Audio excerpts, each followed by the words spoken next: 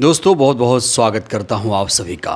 राम मंदिर चढ़ावा चोरी मामले में हर रोज़ नए नए खुलासे हो रहे हैं और अब खबर ये आ रही है कि जो आरोपी इसमें पकड़े गए हैं उनके घर पर न सिर्फ बुलडोज़र चलेगा बल्कि उन्हें सख्त से सख्त सज़ा दिलाई जाएगी। दोस्तों इस मुद्दे पर आज हम विस्तार से बात करेंगे, लेकिन सबसे पहले बात होगी तमिलनाडु के सीएम विजय थलपति के। तमिलनाडु के सीएम विजय थलपति जब से मुख्यमंत्री बने हैं लगातार वो एक से एक फैसले ले रहे हैं, ऐसे ऐसे फैसले ले रहे हैं कि बीजेपी के जो मुख्यमंत्री हैं सोच भी नहीं सकते हैं। इस बीच विजय थलपति सरकार ने गो हत्या पर एक ऐसा फैसला दिया जिसने पूरी बीजेपी को परेशान करके रख दिया है। दोस्तों ये तो आप लोग जानते हैं कि बीजेपी गाय के नाम पर राजनीति करती है, बीजेपी हिंदू मुस्लिम के नाम पर राजनीति करती है, बीजेपी मंदिर मस्जिद के नाम पर राजनीति करती है। अगर ये मुद्दे ना हो, अगर इन मसलों पर राजनीति ना हो तो कहा जाता है कि बीजेपी को कोई वोट ही नहीं देगा। ये तो मुसलमान पे शुरू होते हैं, मुगल पे ख़त्म हो जाते हैं। लेकिन इस बीच विजय थलपति सरकार की इसलिए चर्चा है क्योंकि विजय थलपति ने बीजेपी की विचारधारा के विपरीत जाकर एक ऐसा निर्णय लिया जिससे पूरे देश में इस समय हड़कंप मचा हुआ है। दोस्तों सबसे पहले इस हेडलाइन को देखिए। सुप्रीम कोर्ट पहुंची विजय थलपति सरकार, गो हत्या पर रोक हटाने की मांग। तमिलनाडु सरकार ने मद्रास हाई कोर्ट के फैसले को सुप्रीम कोर्ट में चैलेंज कर दिया है। तो आखिर किस तरीके का तर्क, किस तरीके की दलीलें विजय थलपति सरकार ने सुप्रीम कोर्ट में दी हैं, दोस्तों ये जानेंगे। लेकिन सबसे पहले पूरे मुद्दे को समझते हैं। अगर मैं पूरे देश की बात करूं तो अभी भी कोई भी सख्त कानून गो हत्या को लेकर मोदी सरकार ने नहीं बनाया है।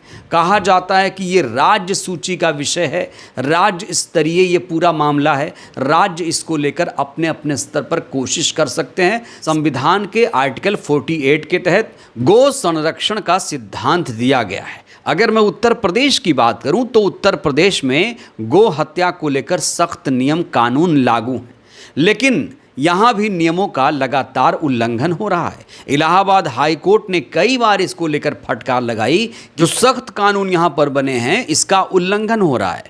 वैसे यूपी में गो हत्या पर 3 से 10 साल की सज़ा का प्रावधान है, लेकिन कहा जा रहा है कि यहाँ पर कानून का दुरुपयोग भी हो रहा है। कहीं कहीं पर कानून सख्ती से लागू हो जाता है और कहीं पर कानून ढुलमुल तरीके से काम करता है। अगर मैं देश के बाकी राज्यों की बात करूं तो बाकी राज्यों ने अलग अलग तरीके से गो हत्या पर कानून लगाया हुआ है। अगर मैं स्पेसिफिक विशेष तौर से तमिलनाडु की बात करूं तो तमिलनाडु में 1958 में इसको लेकर एक कानून बनाया गया था। इस कानून में कई शर्तों का प्रावधान है।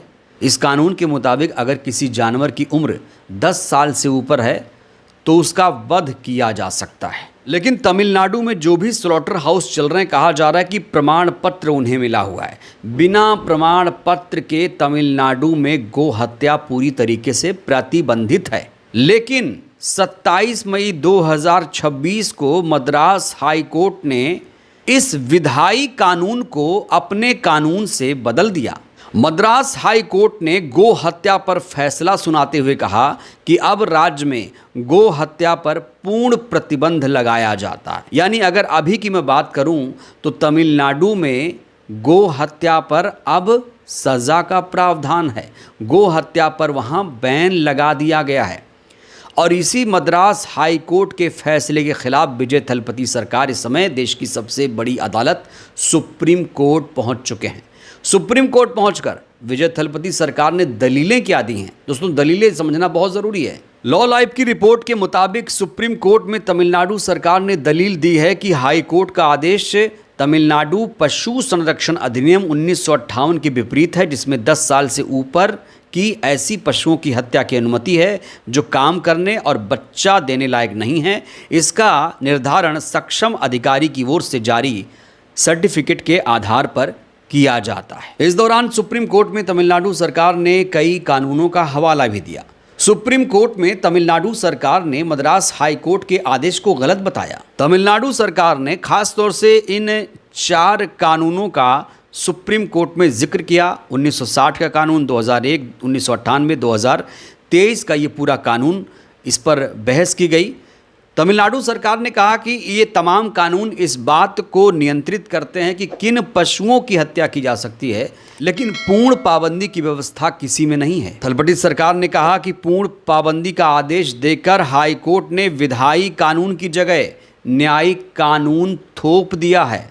तो जो हाई कोर्ट ने न्यायिक कानून थोपा है विधायी कानून पर, उसी के खिलाफ विजय थलपति सरकार ने सुप्रीम कोर्ट में दरवाज़ा खटखटाया और कहा कि जो 1958 का कानून लागू है उसी के हिसाब से प्रदेश चलेगा। यानी जो गो हत्या पर प्रतिबंध लगाया गया है उस प्रतिबंध को हटाने की मांग कर रही है थलपति सरकार। तो दोस्तों, ये एक बहुत बड़ा स्टेप उठाया है। थलपति सरकार के इस कदम के बाद कहा जा रहा है कि उन्होंने बीजेपी से दुश्मनी मोल ले ली, मोदी शाह से, योगी से दुश्मनी मोल ले ली है टीवी की सरकार ने। जहां एक तरफ विजय थलपति सरकार के इस फैसले की कई लोग आलोचना कर रहे हैं, तो बहुत सारे लोग उनके फेवर में भी बोल रहे हैं। लोग कह रहे हैं कि विजय थलपति सरकार यहां कानून का पालन करवा रहे हैं। दोस्तों, अब हम बात करते हैं राम मंदिर चढ़ावा चोरी मामले की।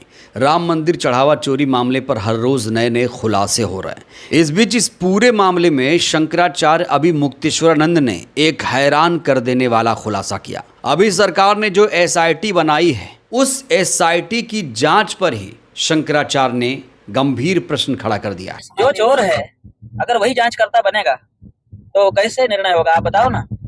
जब केंद्र की सरकार इसको चला रही है और कहते हैं डबल इंजन की सरकार है, मतलब उत्तर प्रदेश की सरकार भी उसी के साथ कनेक्टेड है, संटिंग हुई है। डबल इंजन तो तभी हुआ ना जब संट हो जाए। तो जब संटिंग है इनकी, तो जब केंद्र की सरकार ने ट्रस्ट बनाया है, केंद्र की सरकार के निर्देश पर ही केंद्र सरकार के अफसर और उनके कार्यकर्ता इस ट्रस्ट को चला रहे हैं, और उसी से संबद्ध जब उत्तर प्रदेश की सरकार है, तो जो चोरी करने वाले हैं वही जांच करने वाले हैं, कैसे निर्णय होगा। इस बीच इस पूरे मामले में बाबा बागेश्वर भी सामने आए। बाबा बागेश्वर ने हैरत अंगेज खुलासा किया। उन्होंने कहा कि अभी सिर्फ छोटी मछलियां पकड़ी गई हैं, पर्ची खोली तो मुझे निपटा देंगे। मैं राम मंदिर चोरी के दोषियों को अच्छी तरह जानता हूं, पर्ची खोलकर उन बड़े नामों का खुलासा करूंगा तो वो मुझे निपटा देंगे। यहाँ धीरेन्द्र शास्त्री ने कहा कि इनके पास एक पर्ची है, पर्ची खोल देंगे तो ये निपट जाएंगे। तो अब इन्हें भी डर लग रहा है, तो बाबा बागेश्वर भी अब डर गए हैं। तो बाबा बागेश्वर के इस बयान पर कितना भरोसा किया जाए। इस बीच खबर ये भी आ रही है कि पुलिस ने आरोपियों के घरों से लाखों रुपए बरामद कर लिए हैं। एनडीटीवी ने सभी आरोपियों के घरों से मिले कैश की एक लिस्ट जारी कर दी है। ये आरोपियों के नाम देखिए, उनके पास कितने पैसे मिले हैं। दोस्तों, ये लिस्ट, ये सूची आ चुकी है। अविनाश शुक्ला के पास 20 लाख से ज़्यादा, करुणेश पांडे 18 लाख, अनुकल्प मिश्रा 16 लाख, लवकुश मिश्रा 14 लाख, रमाकांत मिश्रा 7.5 लाख, मनीष यादव 2 लाख, टिन्नू यादव 1 लाख।